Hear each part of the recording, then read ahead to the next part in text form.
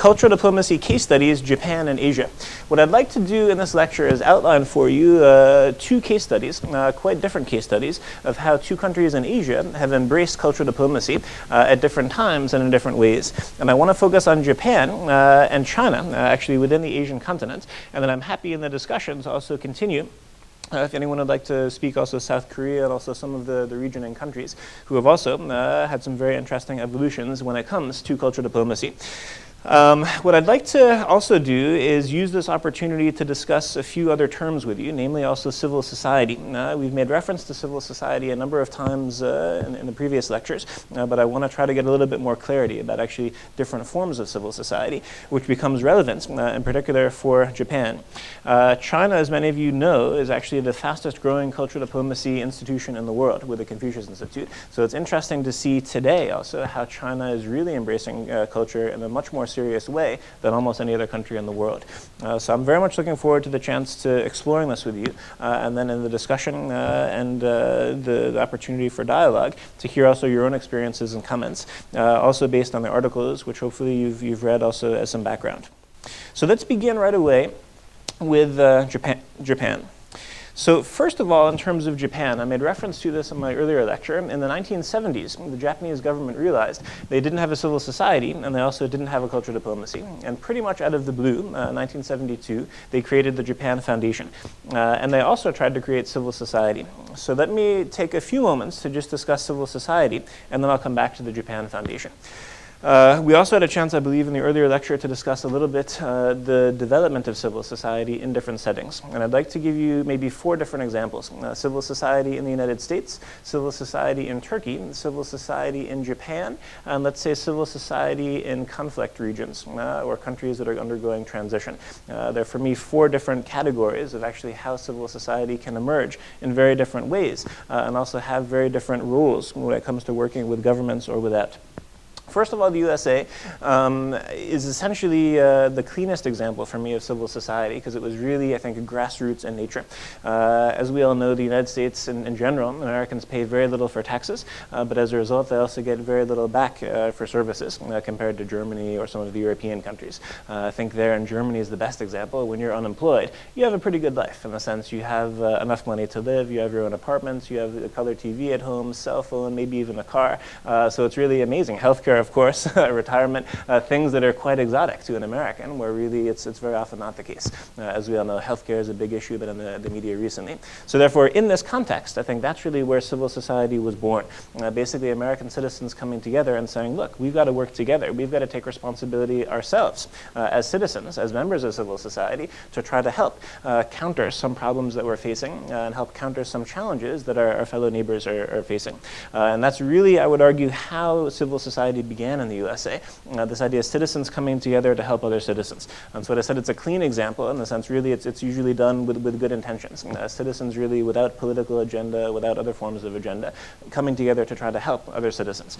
This is again what I would call grassroots. So starting from the bottom, working the way up. What's interesting is since this is, again, nothing opposed to governments or nothing with a political agenda, usually civil society in the USA also has no problem to also work with governments, whether it's local, national, or international. If we think of Amnesty International, Greenpeace, etc., this is how really most of these organizations began. So I won't say they're free from agenda. In terms of neutrality, I would argue everyone has an agenda. Governments have an agenda. If they do what they should be doing, they're working on behalf of their citizens. Private sector companies have an agenda. They're trying to make money. Civil society organizations also have an agenda. As I made reference to also in the earlier lecture, the Institute for Cultural Diplomacy, it looks like we lost our PowerPoint. The Institute for Cultural Diplomacy, you could argue also has an agenda. Just by being called Institute for Cultural Diplomacy, we have an agenda. So I'm not saying civil society is free from agenda, but in essence in the United States, it's usually free from government. So the purest example of civil society is really citizens coming together to help other citizens. There are cases where actually civil society groups do have agendas, whether it's political agendas, religious agendas, all kinds of agendas. So just to clarify, I'm not saying free from agenda, but typically citizens are actually at the basis. Through their own sacrifice, through their own volunteering, they build something up that can actually contribute to other citizens. So that would be for me the simplest example of civil society. Second example I mentioned is Turkey. Was for a long time a very different situation. We actually did a conference in Turkey, ICD, was back in 2008 on civil society, and it was quite interesting for me to learn that for a long time in Turkey it was very difficult to actually start an NGO as a Turkish citizen. The government really in many ways was quite hesitant, and they said, look, citizens coming together, forming groups, this is something we have to be careful about. What is their intentions, what are they going to do? And essentially you would have to go to a police station and actually get a background check, register through the police to actually get permission to start an NGO. Back in 2008, it was roughly 7% of the Turkish population that participated in civil society. This is rapidly changing, especially in the European process. So now, I don't even know how many people participate in civil society, but my sense is it's much more. And it's in many ways really empowering also citizens around the country. But just as in a second example, really where there was almost a distrust on behalf of the governments of sort of these civil society organizations. So a different way also of civil society being born. Third example I'll give is maybe before Japan. Let's say conflict areas, for example, areas where also you have governments that are maybe corrupt or governments that in many ways are not working on behalf of the citizens. In those kinds of contexts, civil society is very often defined as, no matter what, being against the government. If you're part of civil society, you're against everything taking place in the public sector. And it's really black and white in some cases, where really it's one or the other. It's impossible and inconceivable that civil society somehow would work with the government. So that would be a third way, really, where civil society is kind of put in a box, very separate and actually opposed to the government. Japan is actually an interesting case, where, as I said, up until the 70s, they really didn't have a civil society. And so more or less what happened, and the article you read went into this in a little bit more detail, the government basically took funds, together also with the private sector, and I'm generalizing now, they basically gave it to citizens to start NGOs. So it was almost a top-down approach. So it wasn't sort of citizens coming together with sacrifice and sweating and, hammers and nails, building their own offices and NGOs, but really the top-down, the initiative, for the most part, coming from the government. This becomes important when we talk about civil society. We talk about cultural diplomacy, because again, you have a different kind of authenticity.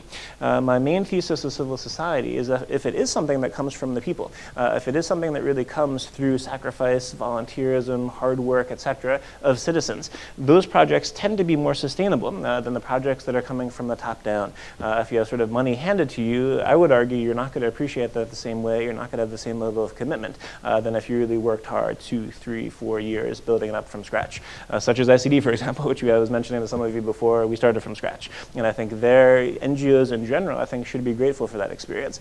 It's more difficult, it's a struggle, but I think that really does add to the sustainability.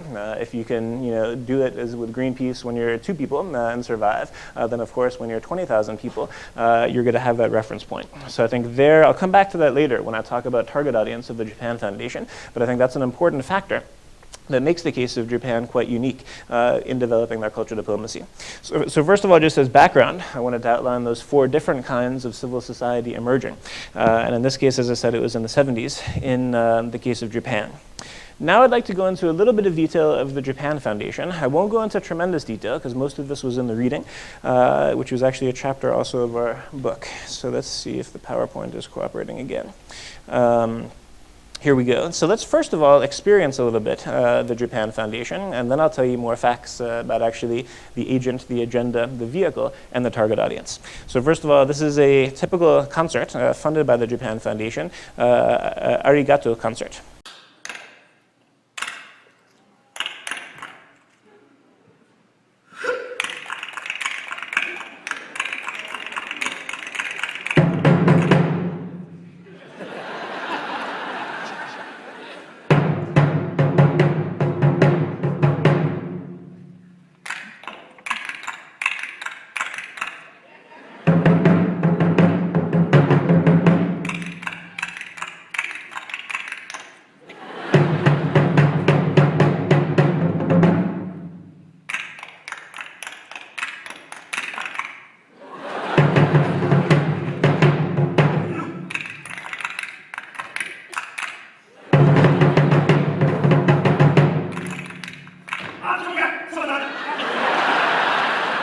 So you can see there in many ways high-level production, really a quality production. These are professionals here. And you have really a balance of actually a classical Japanese cultural heritage in terms of this musical form and also performance form. But it's a very modern way of doing it, almost this call and response, really almost like a stand-up comedy show between the two. This is, I think, also part of their strategy to actually reach out to sort of a modern audience. You know, how do you make a very classical form, cultural form accessible also to a modern audience? So that was one example of the kind of a concert you might experience from the Japan Foundation. Let me give you another example, which is quite different.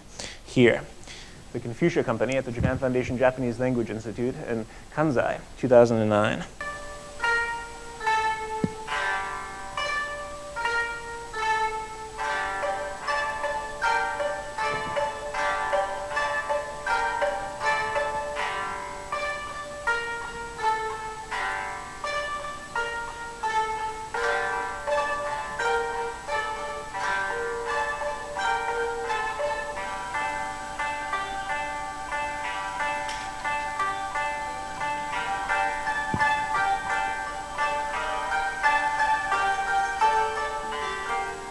But just to give you a feeling, again, really very much high culture and very much traditional Japanese culture, very formal setting. So again, this is very different from maybe the hip-hop concert we saw of the US State Department in the earlier lecture. And this tends to be a common thread with the Japanese culture diplomacy. It's very much high culture, very much high quality, very much catering, for the most part, to what I would consider elite audiences. So again, just to get a feeling. The third example I'll show you briefly is actually a lecture that was given in Virginia, USA. What's interesting about this lecture, I'll just show you part of it. I'll try to skip ahead. As you can see here, many references he's making to actually what the Japan Foundation is doing. And he talks about funding the Japan Foundation funding this, funding that. And I just want to again give you the feeling for this kind of an event. The other thing to point out here is you see it's really a partnership between this college, the Randolph-Mason College in the United States, and the Japan Foundation. So it's not just inviting people to a good institute and telling them about Germany, but in many ways it's a partnership too. So you can see the interplay also between an American university and the Japan Foundation is another interesting aspect of this model. I wanted to show you the first 6 or 7 minutes of this, but I'll do less. And again, I'm not showing you this necessarily to listen to the speech itself, but really pay attention also to the way he does this in terms of the formality, the guests also in the audience, as well as around the 4th minute, he starts giving references to the actual initiatives that the Japan Foundation is doing. And this is, again, it's fairly self-explanatory.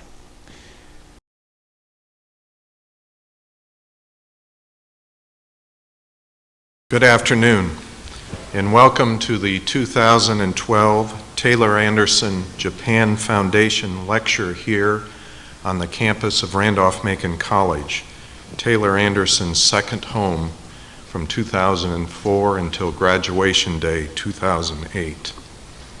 After watching that moving video depicting last year's devastating earthquake and tsunami and their horrific after effects, I am struck again by the magnitude of the tragedy and the thousands of lives it touched, including at least one family who is with us today. At this time, let us pause and together observe a moment of silence for Taylor Anderson and for all the victims of this terrible disaster.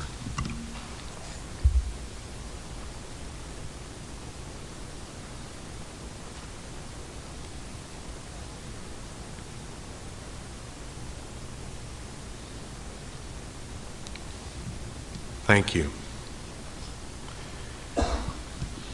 Let me extend my welcome and respects to Taylor's parents, Andy and Jean Anderson, who join us today to commemorate Taylor's life together with her Randolph-Macon family and our very special Japanese guests. Would the Andersons please stand?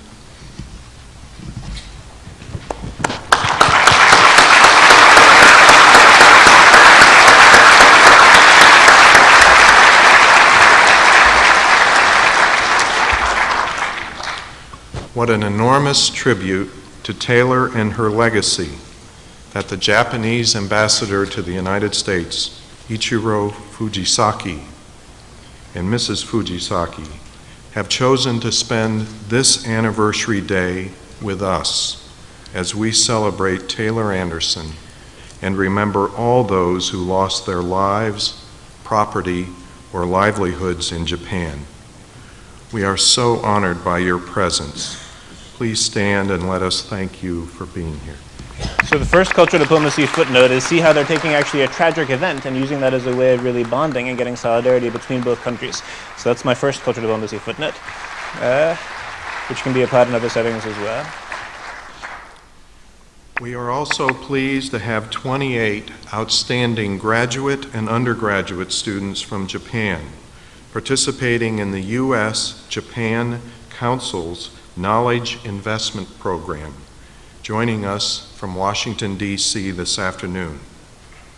Just before we started, they presented me with this ikebana, the Japanese flower ornament in honor of today's occasion.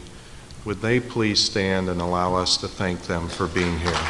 Second cultural diplomacy footnote. So again, they gave the gift from Japan. Third cultural diplomacy footnote, they were of course funded from the Japan Foundation, those students. So academic exchange. We're coming to the vehicle. I'll just show you about 2 or 3 minutes of this and then we'll... There are many organizations working directly to strengthen U.S.-Japan relations through grassroots efforts and youth exchange programs. Please join me in welcoming the president of one of them, the Japan-America Society of Washington, D.C., and that is Ambassador John Malott. So first pay tribute to all the important guests, and he begins.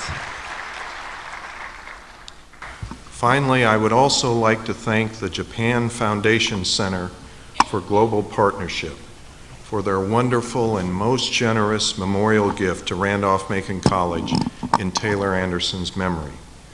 The Foundation's generosity, in simplest terms, opens up a world of educational opportunities for our students by expanding their global awareness in many ways.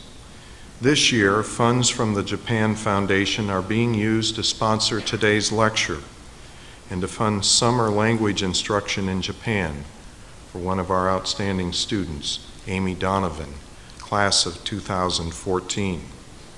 This generous grant will allow us to send Randolph-Macon faculty members to Japan to establish regional resources for our study abroad programs and establish an ongoing Taylor Anderson Japan Foundation Scholars Program that will underwrite student study and travel to Japan, especially during our January term.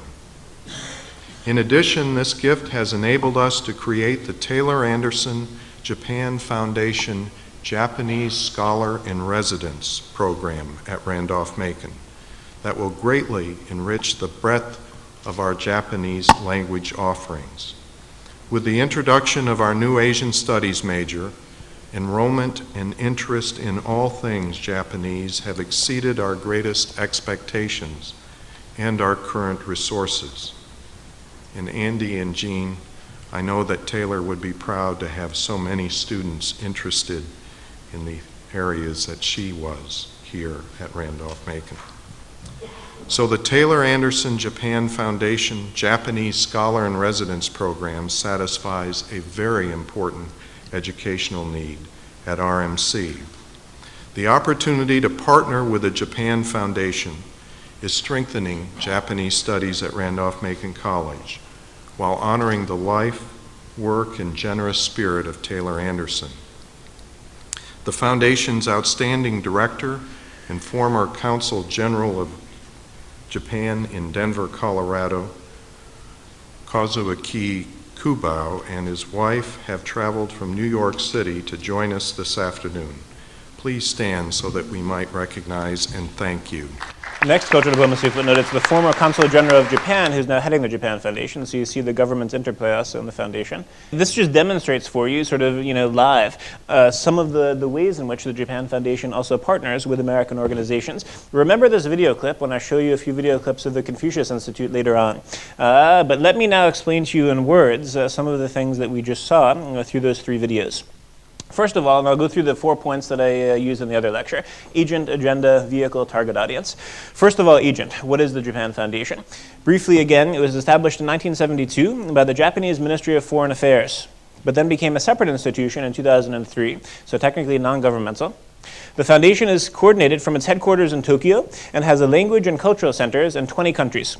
Again, remember this number when we talk about the Confucius Institute, and you see the number of Confucius Institutes, so 20 countries. It organizes lectures, workshops, seminars, courses, exhibitions, and performances. The Japan Foundation is Japan's principal organization for promoting international cultural exchange. Another point I'll mention now, again, vocabulary-wise, the Japanese are very keen on not calling it necessarily cultural diplomacy, but international cultural relations, ICR. This was also in one of the articles that we sent. I've debated very often, should we call it cultural diplomacy or should we call it cultural relations?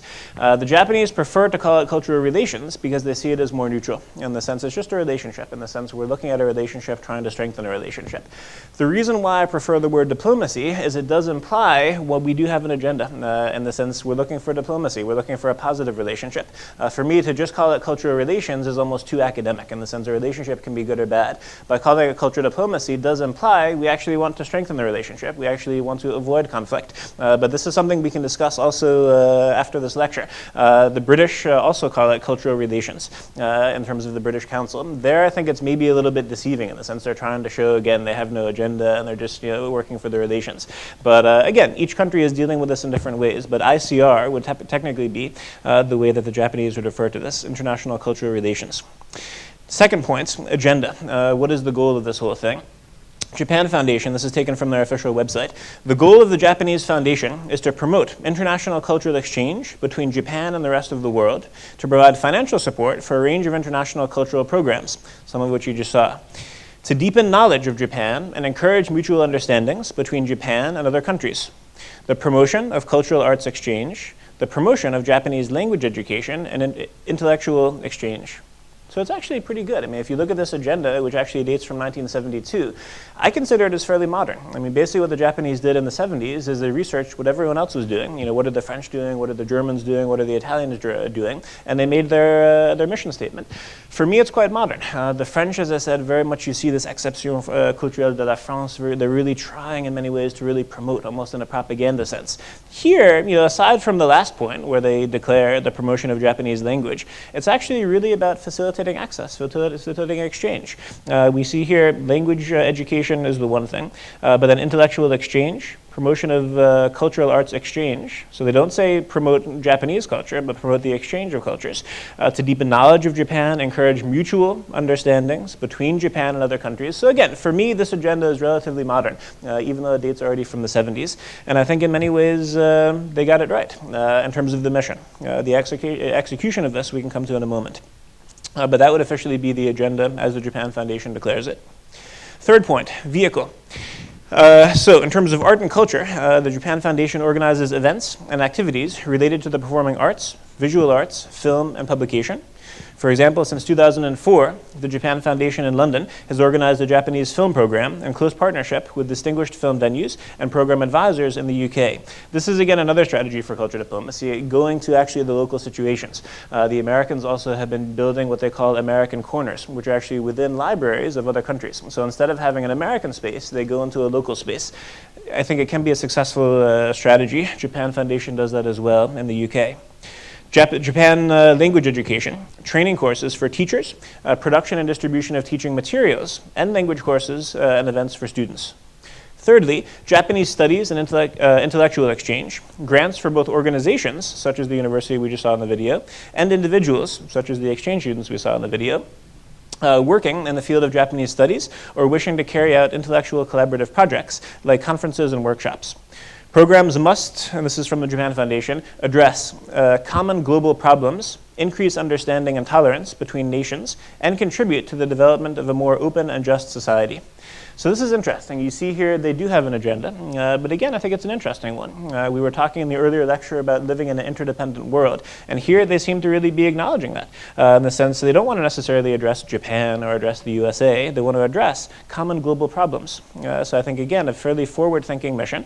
We were talking also in the earlier lecture about indirect culture diplomacy. It very much would fit in there, in the sense, let's not talk about your culture or my culture, let's talk about climate change, let's talk about terrorism, let's talk about poverty. And by addressing these common problems, we can maybe also build more understanding and trust. So also in terms of the vehicle of the Japan Foundation, in many ways, I think it's quite interesting, and I think we can learn many things from what they're doing and also how they're doing it. The key aspect where I think we need creativity, more creativity for the Japan Foundation is the fourth point, target audience. As I mentioned, the civil society in Japan is relatively top-down, and that's my thesis as to why the Japan Foundation, and again, I don't mean this in a critical way, but it's very targeted in the sense, I would say a little bit elitist. If you look at the majority of the people who actually participate in the events we just saw the videos from, or the main events, also from the colleague that we heard from in the earlier lecture, it's not necessarily touching the firefighters, the nurses, and the high school teachers. To a certain degree it is. High school teachers can benefit from the materials the Japan Foundation provides. But we're basically talking about academics, or people linked somehow with academic institutions, or elites, people that the Japan Foundation sees as being multipliers, whether it's journalists, political elites, etc. So again, it's nothing wrong with that, but it is a very targeted, limited approach. So if you ask a typical Berliner, have you had experience with the Japan Foundation or the German-Japanese Center?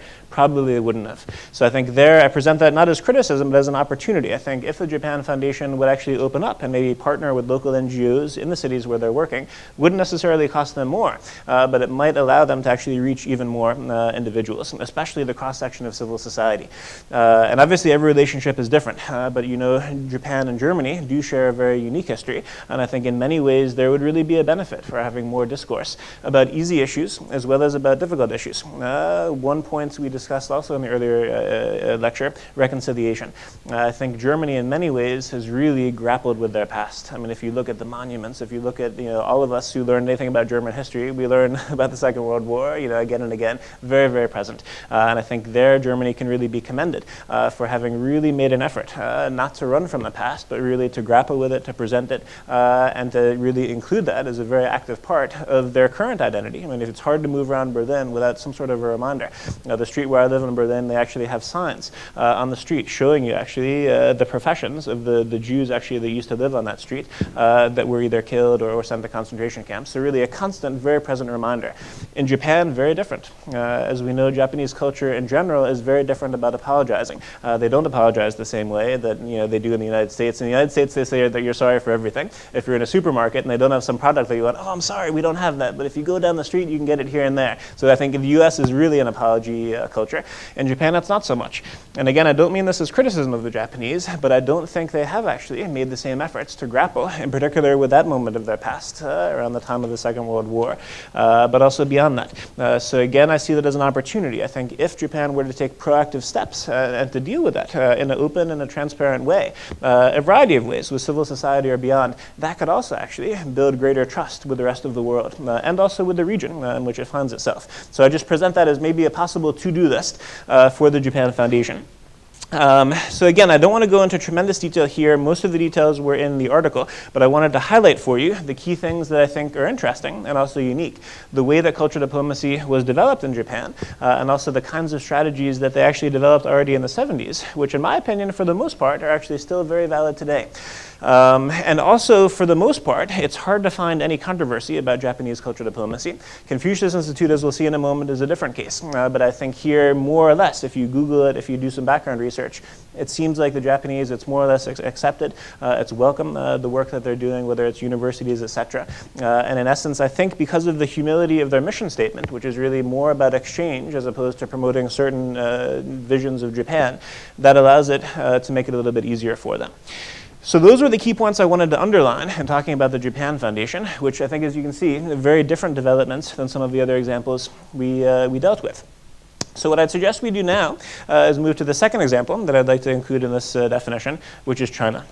So I want to begin with also a few examples, so you can hear directly from the source some examples of the Confucius Institute, and then I want to give you my own summary of, again, agent, agenda, vehicle, target audience, and then I have another section called controversies, where we can discuss some of the discussion that has been taking place in the world about the Confucius Institute. So let's begin by looking at a concrete example of actually the work of the Confucius Institute in Slovenia.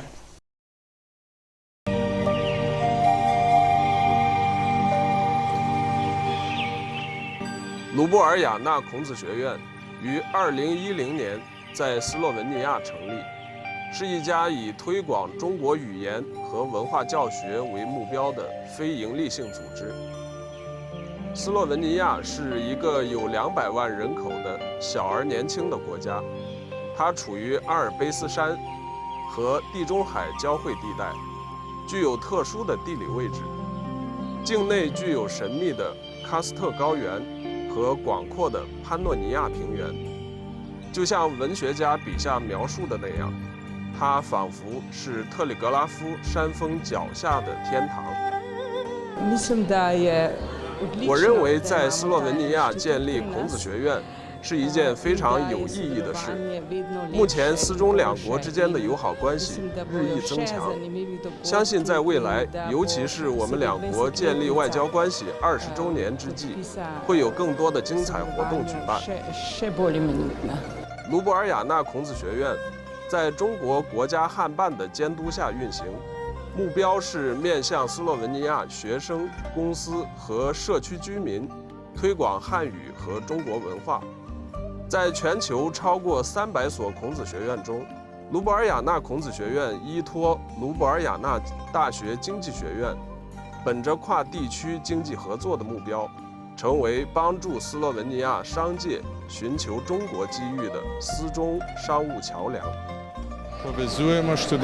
我们学院的学生与上海对外贸易学院的学生就一些项目进行了合作，对方从事商务教学的教授也前来我们学院交流，为我们讲解中国商务文化、商务礼仪以及商务运作。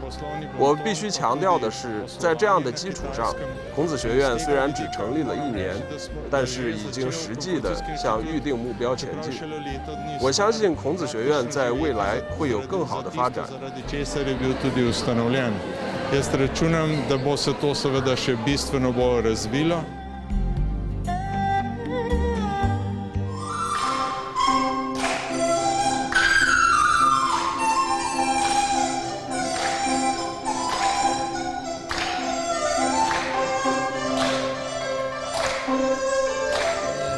Frankly speaking, I am very surprised that. 艺术家们使用古代乐器演奏的精湛技艺让我很吃惊。毋庸置疑，这是一场双方艺术家最高水平的精彩表演。此外，观众们都很喜欢这个表演，我为此很高兴，并且希望将来我们可以继续举办这样的活动，继续进行两国文化的交流。Audience, they enjoyed it. I'm very happy. I can only hope that such events, such exchange, cultural exchange will continue in the future.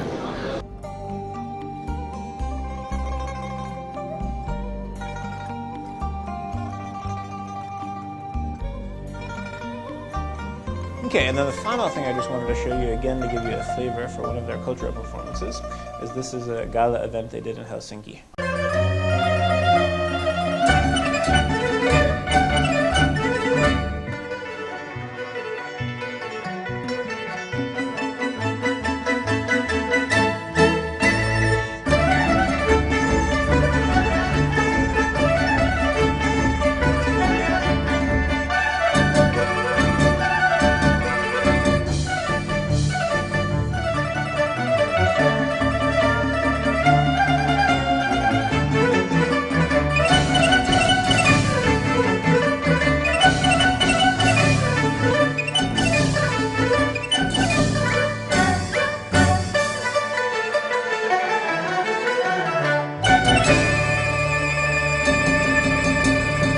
So now let's get to work and try to dissect a little bit. What is the Confucius Institute? So first of all, the agent. Technically a non-profit educational organization, aims to promote Chinese language and culture and support local Chinese teaching internationally. It is run by the Hanban, which they refer to in some of the videos, a non-governmental and non-profit organization affiliated with the Ministry of Education of the People's Republic of China. The Hanban finances each institute for the first 5 years, while the hosting country provides accommodation. The first Confucius Institute was established in Seoul, South Korea, in November 2004. In 2009, the Confucius Institutes and classrooms offered 9,000 Chinese courses of a multitude of styles, enrolling 260,000 people around the world. By the end of 2010, there were 322 Confucius Institutes and 369 Confucius classrooms in 96 countries and regions. Compare that to the 20 countries that Japan Foundation was in. The Office of the Chinese Language Council International plans to set up 500 Confucius Institutes worldwide by 2010, which I don't think they've met yet, and 1,000 by 2020. So as you can see here, it's already huge, and their plans are even huger. So really, China has embraced culture in a big way, and the identity of this, more or less, you can say is governmental, I would say, even though they claim it's nonprofit, as we saw a little bit in the videos, and as you'll see a little bit in the final debate about the Confucius Institute too. So I would characterize it as primarily governmental. Technically, it's non-governmental. So the second point I want to discuss is the agenda. Confucius Institute shall provide the following services, and this is taken from the Confucius Institute, their proclaimed mission. 1, develop Chinese language courses for various social sectors. 2, train Chinese language instructions for local institutions and providing them with Chinese language teaching resources. 3, establish local facilities for the holding of the HSK examination, which is the Chinese proficiency test, and for the administration of procedures for the certificate of the Chinese language teachers, similar to British Council or Goethe Institute. 4, provide information and consultative services concerning Chinese education, culture, economy, and society. 5, promote research about contemporary China. So it's actually a pretty good agenda. I mean, as you read it there, why not? If they want to promote their language and culture abroad, okay. But you can see here it is a little bit more one-sided. So it's really more promoting Chinese, promoting China. I think the wording of the Japanese Foundation was definitely different in terms of really more of a focus on the exchange of cultures as opposed to promoting one culture, just as a subtle difference. We'll come back to the agenda later, but this is the agenda that they proclaim to have. Thirdly, vehicle. Chinese language teaching, of course, as we saw. Training for Chinese language instructors.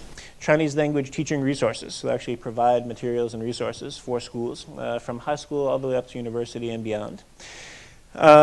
Fourthly, administration of the HSK, this Chinese proficiency test, examination, and tests for the certificate of Chinese language teachers. So you can go there, get the accreditation, take the test, and then use that when you want to go get a job in China. Providing information and consultative services concerning Chinese education, culture, and other areas, and conducting language and cultural education activities between China and other countries. So again, why not? So in terms of the vehicle, heavy focus on language, and I think that's one of the differences between Japan Foundation and the Confucius Institute. Target audience, Confucius Institute attends to all ages and walks of life. And I think that's actually true. As we saw in some of the videos, high school kids are learning Chinese. University, I think, is where they're strongest in terms of actually building in Confucius Institutes in universities around the world. And also offering events for anyone who wants to learn Chinese. So I think they have achieved really the cross-section. It's accessible more or less to everyone. Programming for all ages, for example, the Chinese New Year's party for school children. We also saw some examples there of some high-level concerts and performances. The language and culture courses are accessible for a small fee, while the events and talks are for free for all to attend. So again, money makes a difference here too. They actually have the resources, they can provide this very much for free or at a very low cost. Different from Goethe Institute, which tends to be one of the most expensive places to learn German, for example, here in Berlin. And they really rely on the fees from that teaching to also help balance their budget. So again, a difference between, let's say, Confucius Institute and Goethe Institute. Course prices average at around €100 for an 8 to 10 week course, with discounts available for students and people with financial need. So it's really a deal. I mean, it's hard to find in Berlin any language that you can learn for so cheaply. So also an important point. So that was the official presentation of really what Confucius Institute is about. Now, some of you may know, however, there's a big debate actually around the world about the Confucius Institute for a number of reasons. So I want to spend a few moments to discuss the debate. And then let's conclude this lecture by having a discussion. And I'd love to hear your feedback. What can we learn from Japan? What can we learn from China? And how might these models be either replicated or modified to serve the interests of these countries better or to serve the interests of the interdependent world we live in better. So let's review a little bit the debate. The key issues of the debate are the following. First of all, ambiguity of the intention of the Confucius Institute. Is it innocent soft power or propaganda machine?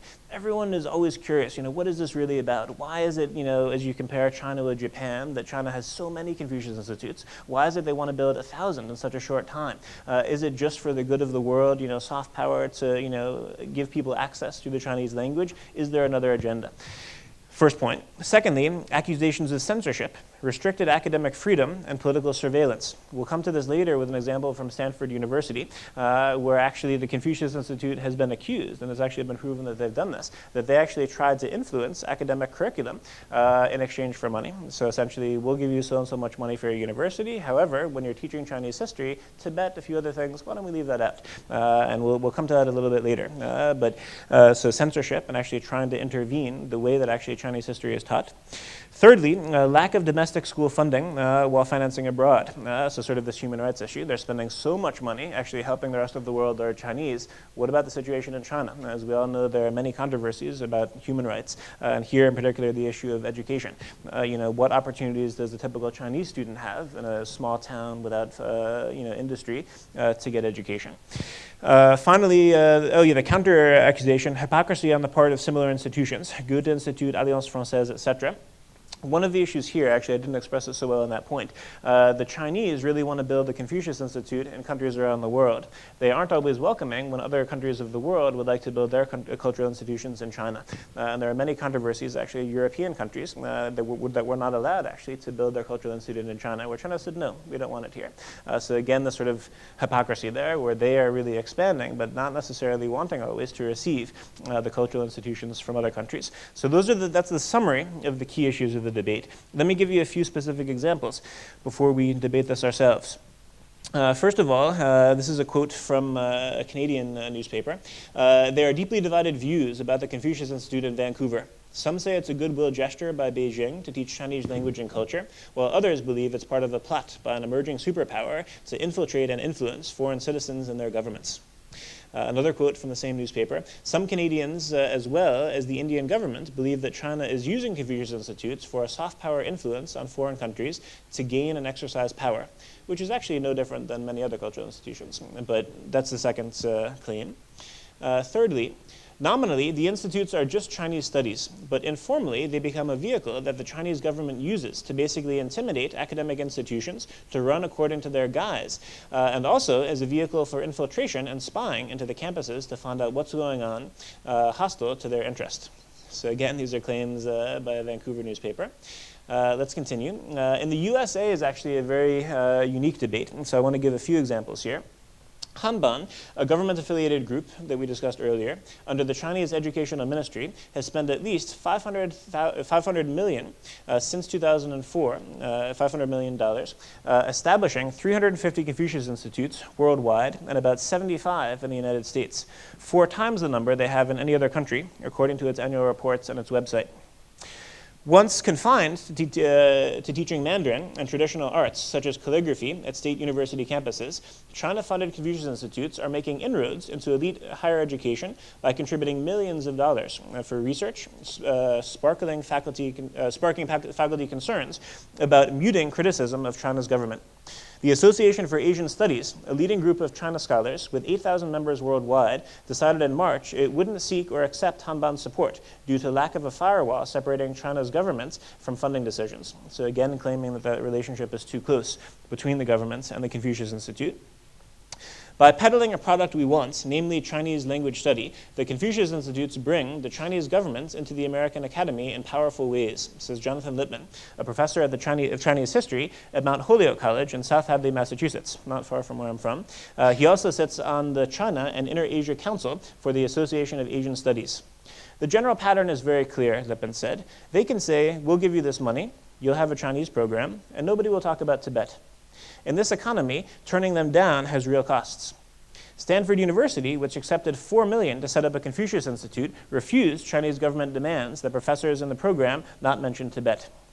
So as you can see here, it's a little bit problematic in the sense that it's not just about academic exchange. It's not just about language exchange. And this is what I wanted to use to hopefully inspire a discussion with you. What do you make of this? On the one hand, maybe it's normal in the sense the USA also tries to exert power. And I'm sure also when they do cultural diplomacy, it's for very specific reasons. And again, soft power in essence is still power. Right? You're trying to get something from someone. You're trying to get someone to cooperate with you. So you could say, on the one hand, what China's doing is normal in the sense they're using any power they can to try to, promote their country and promote their country's interests. Why not? On the other hand, how do you feel about this in the sense, obviously, in terms of censoring the way that Chinese history is taught is also a problem in the sense there. We discussed this also in one of the other lectures, too, in terms of history. There is no common history book. There's the saying that history is written by the winners. And this is a problem for many countries. Germany and Poland for years have been trying to write a joint history book of German-Polish history. They still haven't succeeded. France and Germany are still also in an ongoing debate. The French tell a somewhat different story than the Germans. So again, you could say this is normal. So the fact that China wants to actually tell their version of the story, why not? Everyone does that. But anyway, so I'm trying to provoke and inspire you here a little bit. On the one hand, I think you could argue a great thing where we could say, wow, China is embracing culture. They're not invading and destroying in all these wars such as the United States. Great, give me soft power any day as opposed to hard power. Build your Confucius institutes, teach your language compared to, let's say, defense or military options. On the other hand, we could be skeptical and say, look, we've got to be, clear about this. How far are we willing to go? If Chinese government comes to Stanford University and says, hey, look, we're going to give you this, but we want to influence, I think Stanford made the right choice in basically saying no, and in the end, they still did get the money, and I think it was also in the interest of the Chinese government to have that partnership with Stanford. But where do we also draw the line in terms of also expecting that something goes in both directions? If we allow a Confucius Institute in the US, we would also expect that you would allow, let's say, an American cultural institution in China. So that's kind of the debate that comes from this. So I think there for the discussion right now, I'd love to hear your thoughts in terms of, first of all, civil society, which we had a chance today to go into a little bit more detail. What you see as also the role of civil society, what you see as the responsibility of civil society. Do we have a responsibility? Is it enough to just worry about our own careers and our own family? Do we really have to worry about our neighbors? Or should we really be doing something to actually help other citizens? Or should we just focus on ourselves? What is our responsibility as civil society, also with cultural diplomacy? If I'm a firefighter or a nurse or a high school teacher or director of an NGO, whatever, in my own country, do I really need to worry about how my country is actually perceived abroad? Is that in my interest? Will that affect me? These are important questions. So in terms of civil society, I'd love to get your feedback. Secondly, I'd like to get your feedback in terms of the Japanese approach to cultural diplomacy from the lecture you heard earlier, as well as from the remarks I shared with you today. Thirdly, I'd love to hear your feedback on China. And what do you make of this explosion of cultural diplomacy? If they succeed in about 10 years from now, they'll have 1,000 Confucius Institutes in the world. Is this a great thing? Should we be concerned? How does the rest of the world also embrace and also collaborate with the emerging superpower China? So those would be the topics that I would love to discuss with you. I would also be happy to take any questions from the articles that you read as well about Japan, about China. I'm also happy, as I mentioned, to discuss South Korea and other examples in Asia, which are also quite interesting. Maybe just the final point regarding South Korea. South Korea and Japan in common are very much interested in forming multilateral cultural diplomacy. I think in part due to the competition from China. That's a new interest. And they're actually enviously looking at Europe, where one has the European Union, where one has programs such as Erasmus. And they really would like, actually, to do something similar there. I was in South Korea invited by the government last March for a discussion on exactly that. They basically had experts from around the world trying to figure out how should South Korea actually continue with cultural diplomacy. And that was one of their big priorities, how they can really group together with other smaller countries in the region, also to try to counterbalance some of the tremendous efforts of China. So I'm happy to discuss some of those issues as well.